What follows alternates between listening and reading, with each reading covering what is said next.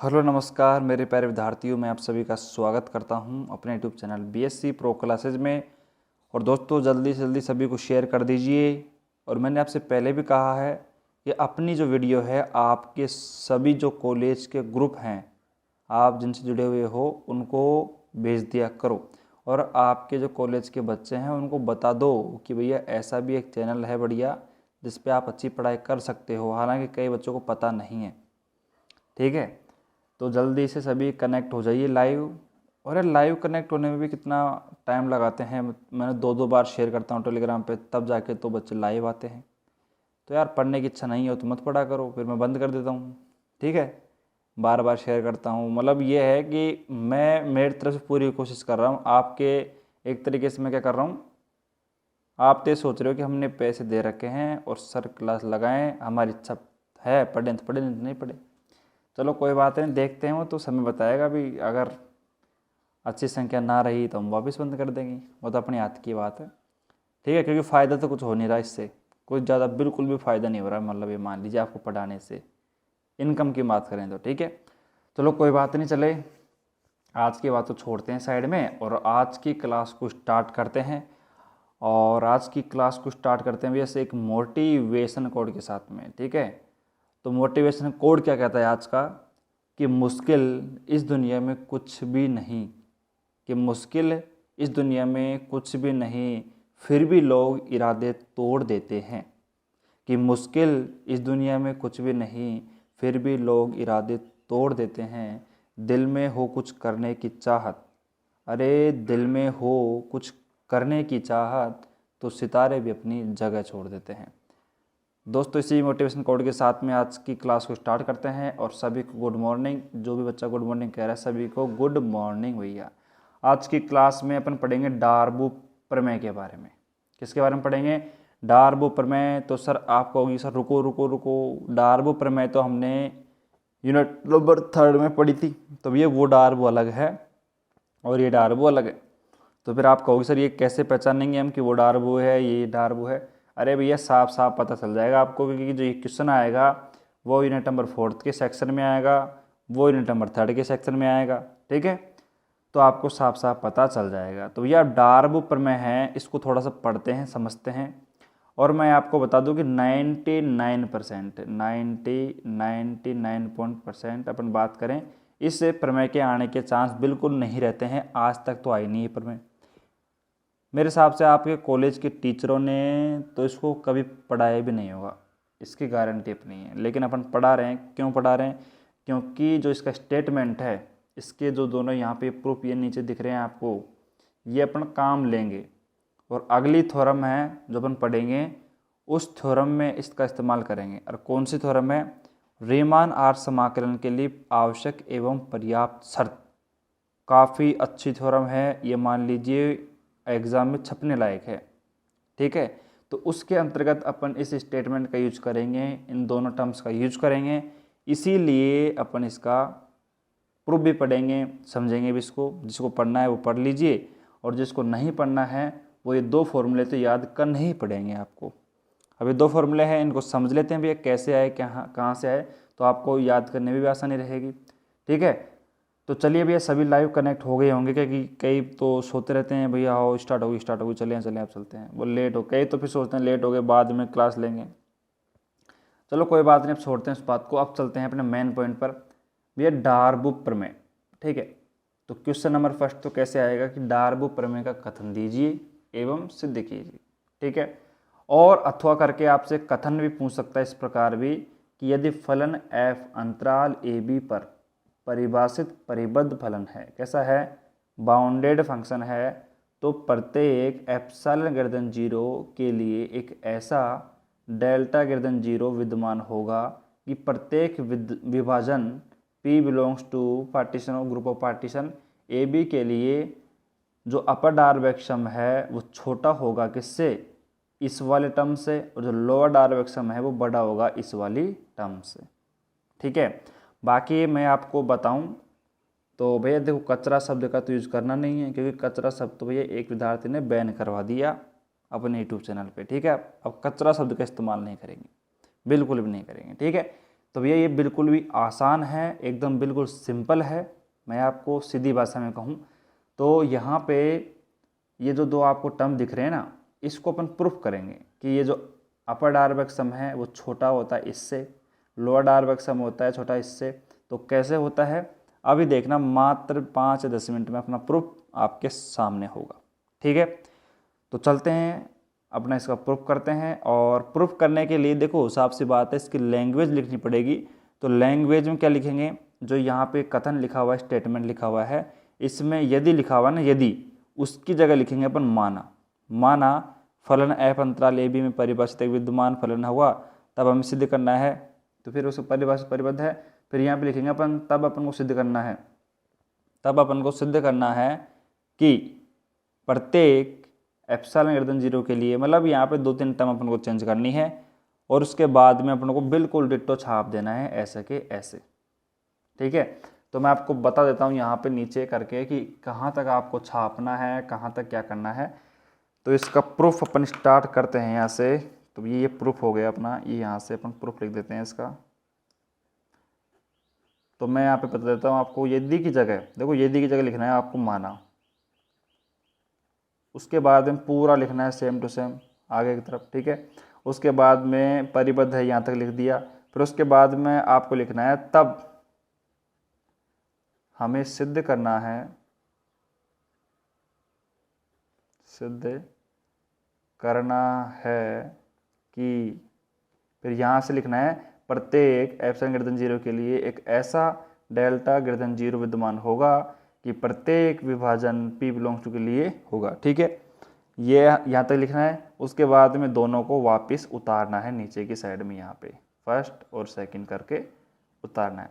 तो भैया ये तो हो गए भैया, मतलब एक कह सकते हैं पैटर्न और लैंग्वेज। अगर आप इसको लिखते हो तो आपको नंबर इसके नहीं मिले, केवल आप ये लिख दोगे ना तो भी आपको नंबर नहीं मिलेंगे, लेकिन आप ये नहीं लिखते हो तो आपके नंबर कटेंगे, साफ सी बात है। क्योंकि इसमें कुछ किया नहीं है भैया पैटर्न अपन ने, लेकिन भैया इसको भी सॉल्व करने के लिए अपन को यहाँ पे लैंग्वेज लिखनी पड़ेगी।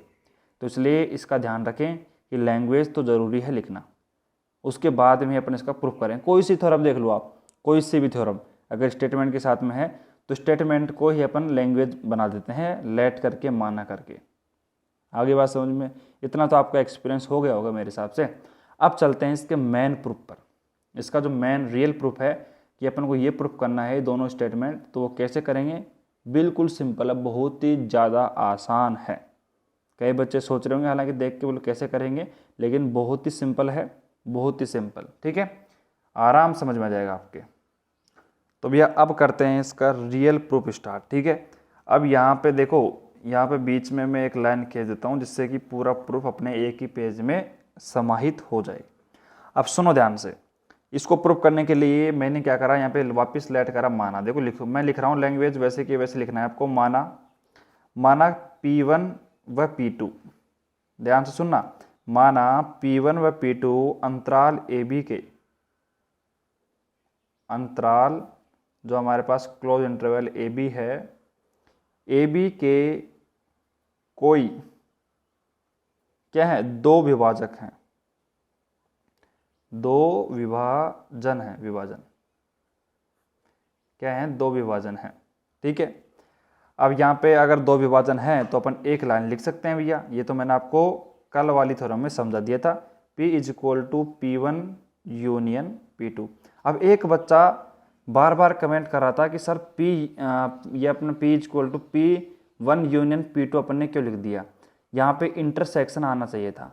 तो भैया आप मुझे एक बात बताइए, जैसे ये मान लीजिए जैसे आपका बॉडी का पार्ट है, आपका बॉडी है और उस बॉडी को मैंने दो पार्ट्स में डिवाइड कर दिया P1 और P2 के रूप में। तो जब मैं उसको P1 और P2 को यूनियन करूँगा, यूनियन का मतलब समाहित करूँगा, जोड़ूंगा, तभी जाके तो आपकी पूरी बॉडी क्या हो पाएगी, जुड़ पाएगी, बन पाएगी पूरी बॉडी। लेकिन उस बच्चे का कहना ये था कि सर आप यहाँ पे इंटरसेक्शन करो, मतलब इंटरसेक्शन का मतलब तो क्या होता है कि दोनों में P1 P2 में जो कॉमन पार्ट है ना उसको ले।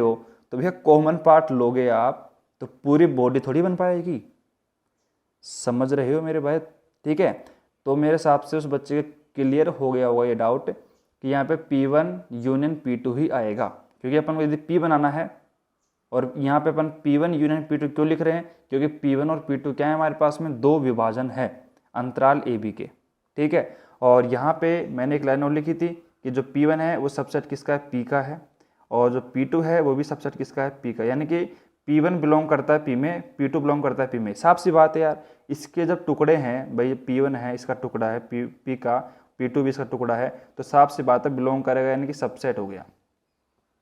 आगे बात समझ में, ठीक है।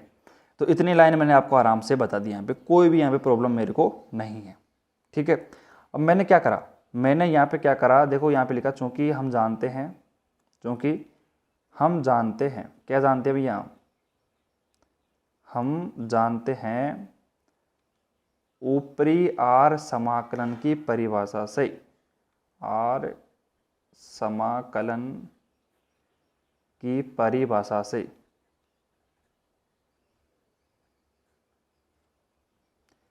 ऊपरी आर समाकलन की परिभाषा से क्या कहती है ये परिभाषा, सभी ध्यान से सुनेंगे और ध्यान से सीखेंगे सभी। ऊपरी आर समाकलन परिभाषा क्या होती है, देखो इंटीग्रेशन ए बी, बार कहाँ पे आएगा भैया, बी के ऊपर आएगा, क्योंकि अपन पढ़ रहे हैं ऊपरी आर समाकलन।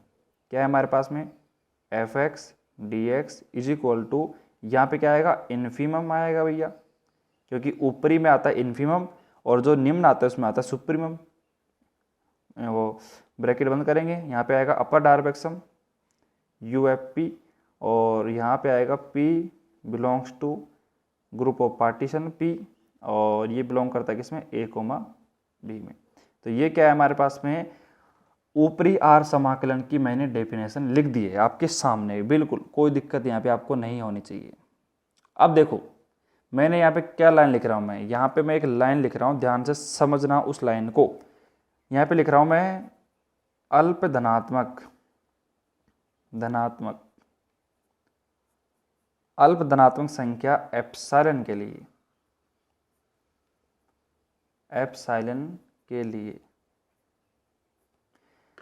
अल्प धनात्मक एप्सिलॉन के लिए भैया एक बात नोट करना कि जो दोनों इस टाइम पे टर्म्स हैं, देखो ये वाली टर्म्स है F X dot D X is equal to infimum वाली टर्म है, ये प्रेजेंट में अभी अगर मैं बात करता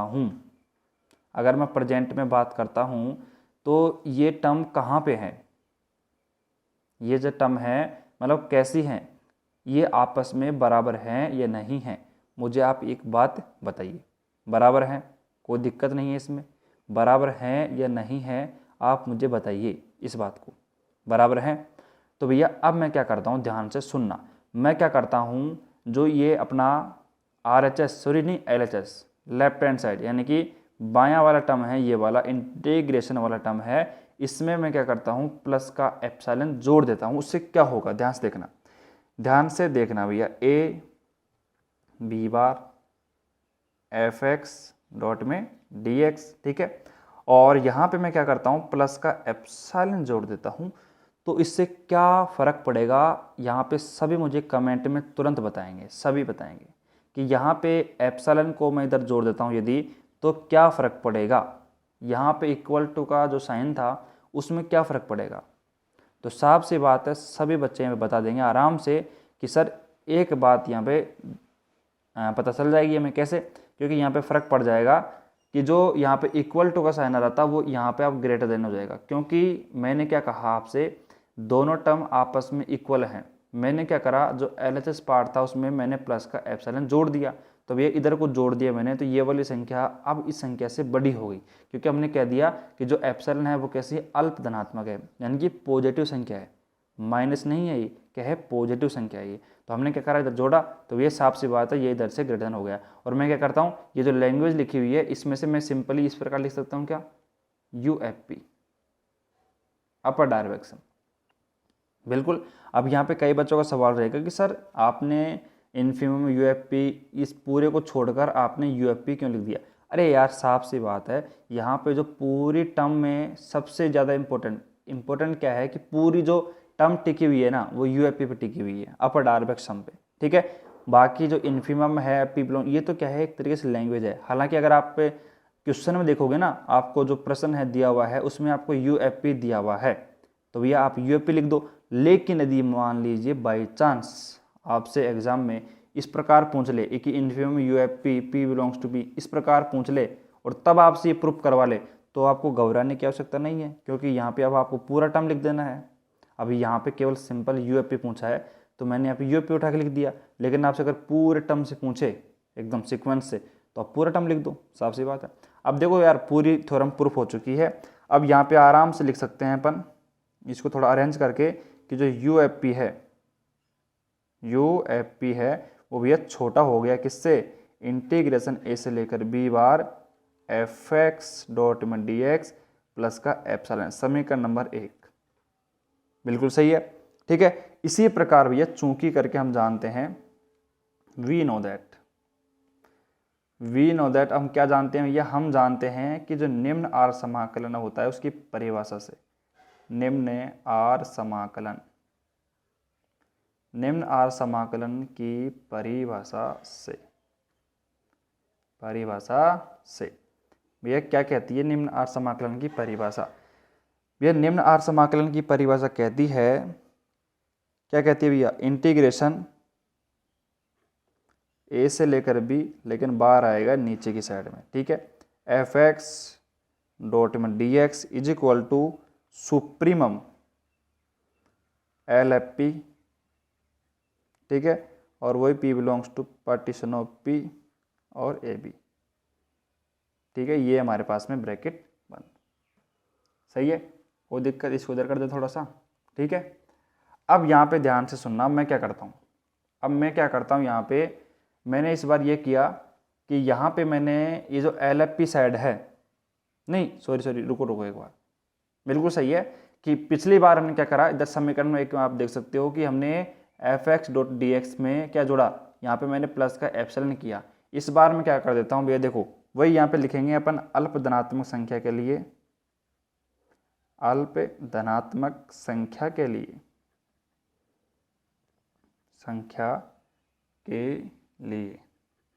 तो यहाँ पे आप देखो मैं क्या करता हूँ, यहाँ पे भी मैं क्या करता हूँ, देखो आप आराम देख सकते हो कि यहाँ पे integration F X dot D x है, ठीक है।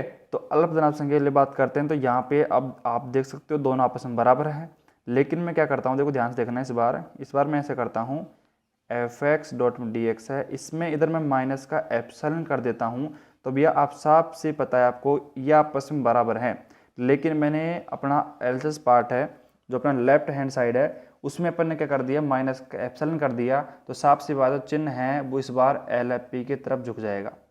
क्यों झुक जाएगा, क्योंकि आप सभी को पता है कि ये दोनों टर्म हैं आपस में बराबर हैं, लेकिन मैंने यहाँ पे माइनस का एप्सिलॉन है वो मैंने क्या कर दिया, यहाँ पे माइनस कर दिया, तो साफ सी बात है ये टर्म क्या हो जाएगी, अपने आप बड़ी हो जाएगी। तो समीकरण नंबर 1 और समीकरण नंबर 2 से आप लिख सकते हो आराम से, 1 व 2 से अपन को यही तो प्रूफ करना था कि ये जो हमारे पास टर्म्स हैं वो यही तो हैं, ठीक है। तो यानी कि जो प्रूफ करना था हो गया, और क्या दिक्कत है बताओ, समीकरण 1 2 से लिख दो। अब जो अपन को थ्योरम में प्रूफ करना था वो हो गया, लेकिन अब ध्यान से समझो एक बात, मैं आपको एक नोट करके चीज़ लिखवा रहा हूँ, उसको समझना क्योंकि वही अपने काम की चीज़ है। तो नोट करके यहाँ पे लिखना, आप थोड़ा सा ये नोट करके लिखो आप कि अभी जैसे आपने लिखा यहाँ पे देखो यू एफ पी, ठीक है, छोटा है किससे, A B bar F X dot में डी एक्स प्लस का एप्सिलॉन, ठीक है, और एल एफ पी हमारे पास में है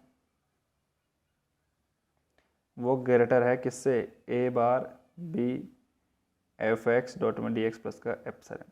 अब एक बात मैं आपको बताऊं, यहाँ पे ये जो एप्सिलॉन लिखा हुआ है ना, ये एप्सिलॉन, दोनों एप्सिलॉन, यहाँ पे फिक्स नहीं है कि मैं एप्सिलॉन है उसको केवल सिंपल एप्सिलॉन लिखूं, या मैं इसको एप्सिलॉन बाय 2 लिखूं, एप्सिलॉन बाय 3, एप्सिलॉन बाय 4 या 2 एप्सिलॉन बाय 4, मतलब कैसे भी मैं अपनी स्वयं की इच्छा के अनुसार जैसा क्वेश्चन में पूछा जाएगा ना और सुटेबल होगा, मैं स्वयं की इच्छा के अनुसार यहाँ पे एप्सिलॉन के मान बदल सकता हूँ।